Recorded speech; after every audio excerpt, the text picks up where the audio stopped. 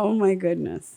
So we are going to get into our audience questions because normally we do have some participation from our lovely audience asking some amazing things. Please tell me the voice is there. Oh yeah, he's here. The voice is somebody we have religiously for every episode who sends a voice note to ask questions and whatnot. So that's my guy. And he has a great radio voice, so I'm going to play him right now. Please. How's it going? Who comes up with the crazy sex themes that you promote to your audience on a weekly or monthly basis? I love this question so much. And it's so... Sorry, Nana Goody's just on the timeline. Oh my goodness. Shout out Nana Goody. It's so funny because like we have so many like ridiculous themes and so many ridiculous things that we love to do. And we kind of try and take the seriousness out of sex. Mm-hmm. So like Bukkake night in Canada, legit theme. Get cummed on. Right? But honestly, it's just us sitting around in a circle right now on a fucking Zoom meeting. Talking and looking at like ridiculous calendar observances and trying to make sure that we've got enough, awesome ideas. But in general, to be honest, it's the Aquafloats. The Aquafloats come up with the ideas for all of our amazing, ridiculous events. And who knows what they're watching, right? They're just getting all the titles. Because I know even before, like when it was open, there was like singles nights. There was like people that did like tutorials on stuff. Yeah. What was it again? I think there was a school teacher night. Like you got to dress up or something like that. There was somebody who... Like we tried to do every single, kink trope. I don't want to call them tropes, but kink avenues. And like making sure that we tried to hit every possible thing that people are into and make it kind of like fun and accessible. So instead of it being like super serious, we didn't want to like make light of things, but we wanted to make sure that people felt like they could come in and not spend, hundreds of dollars on their outfits and that sort of thing. And just, experience it without being ridiculed and that sort. So we had suits and nudes. We had cuckold night. Suits and nudes. Did Suits you catch and that? Nudes is great. It's one of my favorites. How does that night look? Suits and nudes. Dudes in suits and naked ladies. It's fucking awesome. Oh, shit. Okay. Yeah. And I know there was also like naked yoga. Absolutely. Naked yoga is one of our biggest events. Mm-hmm. Yeah. And I'm trying to remember the ones that I can recall. I think there was like a glow party as well. Yeah. Glow is awesome. We actually just did an online glow party 2 weeks ago. Mm-hmm. We've done a number of them, but like what's sexier than neon lights and sex juices and music, right? Absolutely. And oh my gosh, bumping music. And then there was also Money Shot. I was there for the Money Shot. That was when you had cam girls go into the ballroom and they would be doing live cams, and then the Oasis guests would be able to come in as normal into the Victorian style mansion and just go to whatever sections they wanted, but they could watch the cam girls live while the cam girls have their online audience, which is kind of like a OnlyFans type of thing right now. Yeah, absolutely. So it hit a number of different avenues. So we did a lot of cam girl work where we had folks come in and be able to use kind of the scenes and the platform of Oasis to, make a little bit more of a splash in their shows. But we also had a ton of like aspiring porn actors come in and be able to use, either folks who we knew, so work with different actors that we had on the roster or different photographers and that sort of thing and kind of build their brand through us as well. It was great. We got to make super awesome porn, and actually one of the folks who came in through us...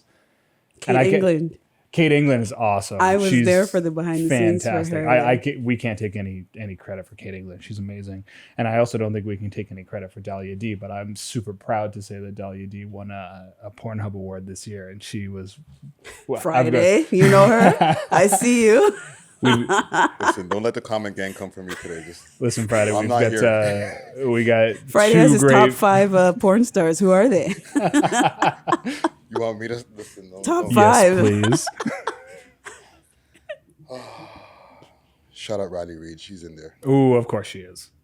Who else? That's like a regular. Yeah. You know what I'm saying? I mean, number 1 porn star this year. She's got to be in there. Elsa Jean. Oh, yeah. Oh, sure. You got a roster. I'm like waiting. I'm like, where's the other 3? Listen, they're already calling me Double H. Just Continue your conversation. Tim Duncan in the building. Wow. So now we know that Friday has a top 3 list for porn stars. Oh, shit.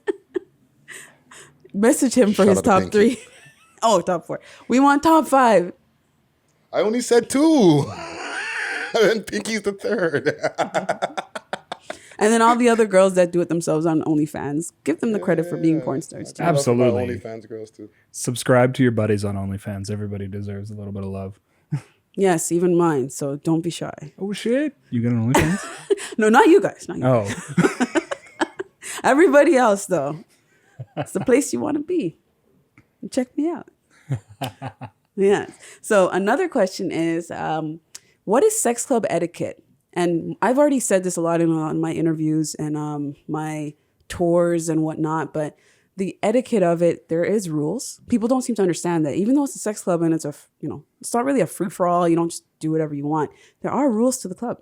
Oh, absolutely. I mean, one of the most common comments we get from a lot of folks coming in is, I feel like people treat my body with more respect in this space than they do in a regular nightclub. And that's because we make our rules very, very, very known and very clear. Like, if you're going to touch someone, you got to ask first. You don't have to make a big deal of asking, but you got to ask and make sure that people are consenting. And if you get rejected, then you cannot ask them again for the entire night. Absolutely. You get one shot. Yeah. I mean, like, don't pressure somebody into a yes. You absolutely can't do that.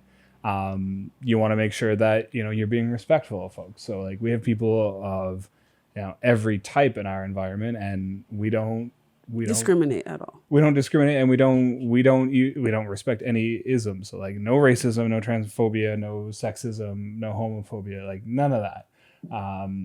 People should be able to come in and be who they want to be. And if you're not cool with that, well, go somewhere else. Exactly. Yeah.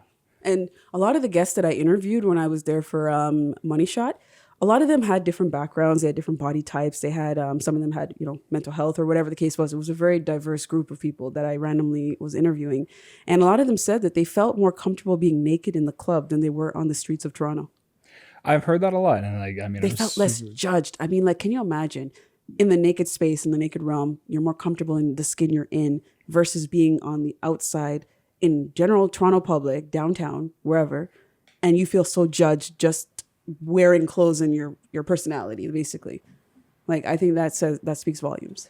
I mean, I'm so happy to hear people say that every time I've heard it. And I mean, I've heard it sometimes, and it makes my heart so warm that people feel super comfortable in our space.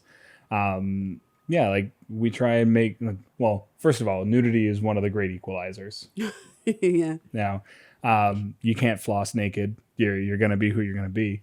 And you can't disrespect someone in our space. Like, if you're disrespecting someone, you're going to be asked to leave. And so, I mean, if you can't do that, you can't follow the rules, you get booted. Yeah.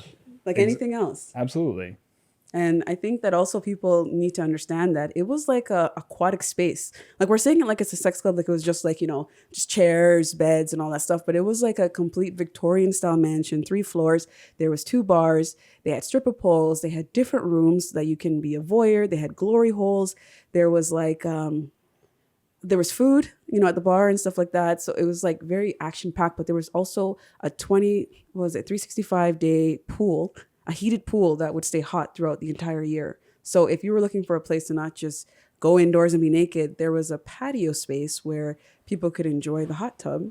And then inside there was like heated pools, I think. Yeah, absolutely. Like, we had the heated pool outside. So okay. One of the best things that you could do is like hang out in January in a snowstorm in a heated pool. But inside we had a hot tub, dry sauna, showers, dungeon for the kinky dry sauna. folks. Yeah, that's the one. Yeah. 2 bars, I think 9 playrooms, a private room. There's tons of different things to do, and then there's events every day of the week, sometimes twice a day, depending on what's going on. Mm-hmm. And it's not all sex related, or it's not all specific hardcore sex. Everything is sex related, but it's not you don't have There's to levels be, to it. exactly. Like there's introductory stuff, there's intermediate stuff, and then there's some real heavy stuff. Heavy orange flag stuff.